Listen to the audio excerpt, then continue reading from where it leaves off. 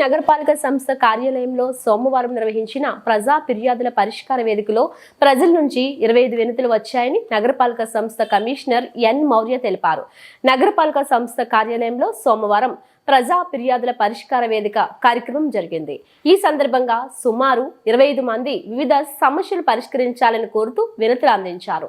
అందులో ముఖ్యంగా నగరపాలక సంస్థ ఆధ్వర్యంలో నిర్మించిన టిట్కో ఇండ్ల వద్ద పారిశుద్ధ్య పనులు చేపట్టాలని, నెహ్రూ మున్సిపల్ గ్రౌండ్ నందు స్టాల్స్ ఏర్పాటు చేయడంతో పిల్లలు ఆడుకునేందుకు ఇబ్బందిగా ఉందని, ఇకపై స్టాల్స్ కు అనుమతి ఇవ్వద్దని, టీడీఆర్ బాండ్లు ఇప్పించాలని, ఇండ్ల కోసం నగదు కట్టామని, ఇండ్లు ఇవ్వలేదని డబ్బులు తిరిగి ఇవ్వాలని, శ్రీవారి నగర్లో విద్యుత్ దీపాలు వెలగలేదని, కాలువలు రోడ్లు శుభ్రం చేయాలని, కుమ్మరులు తయారు చేసే వస్తువులను విక్రయించేందుకు నామమాత్రపు ధరలకు గదులు కేటాయించాలని, తుడా పరిధిలో ఎంఐజీ ప్లాట్ కొన్నామని, ఇప్పుడు స్థలం తక్కువగా ఉంది, న్యాయం చేయాలని, కేటీ రోడ్లో ఫాస్ట్ ఫుడ్ నందు వచ్చే వ్యర్థాలు మురుగునీటి కాలువలో వదులుతున్నారని, ప్రకాశం పార్కు నందు జిమ్ పరికరాలు మరమ్మతులు చేయాలని, నగరంలో కుక్కల బెడద ఎక్కువగా ఉందని పరిష్కరించాలని కోరారని తెలిపారు.